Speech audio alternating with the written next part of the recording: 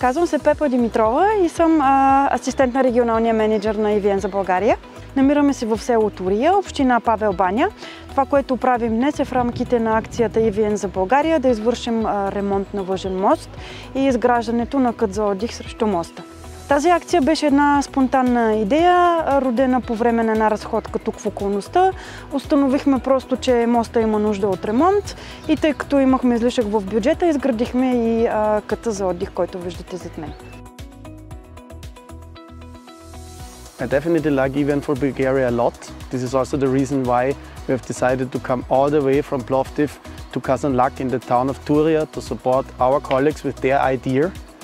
What I like most is that EVN for Bulgaria is part of an initiative which unites the whole EVN group, the whole EVN family.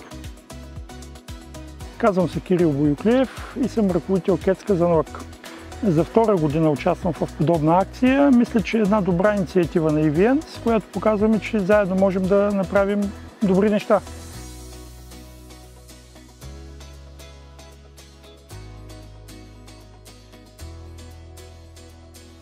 Има един библейски принцип, който казва да правиш на хората това, което очакваш те да правят за теб. От тази гледна точка ние смятаме, че с тази инициатива показваме на хората как трябва да подобрим света и начина, по който живеем. Изключително радостен съм, че не е необходимо да мотивираме колегите да се включват в тези доброволчески акции, като това е тяхно самосъзнание. Виждайки, че правят нещо добро, по този начин те заразяват и останалите и надяваме се света да стане едно по-добро място за живеене по този начин.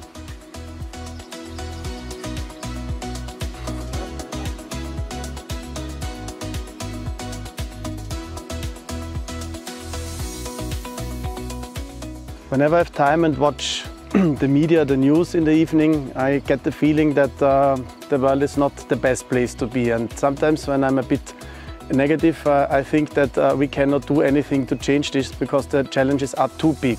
And then when you get an invitation to participate in some small initiative and then you add all the initiatives all around the world and you conclude that all these small things sum up to a real big thing, I know that it's the right thing to do something voluntarily. Of course, also from a company perspective, it gives a lot of benefits to us. On the one hand side, many colleagues are coming together, which have not met before, for example. And it is a cooperation and it is maybe a friendship for lifetime, which supports not only the business, but also the private life. So in reality, you give something, but you also get something back. I think everyone should engage voluntarily because it is helping us to meet new people, to put a smile in the face of some people, or even make a small place like this one a better one.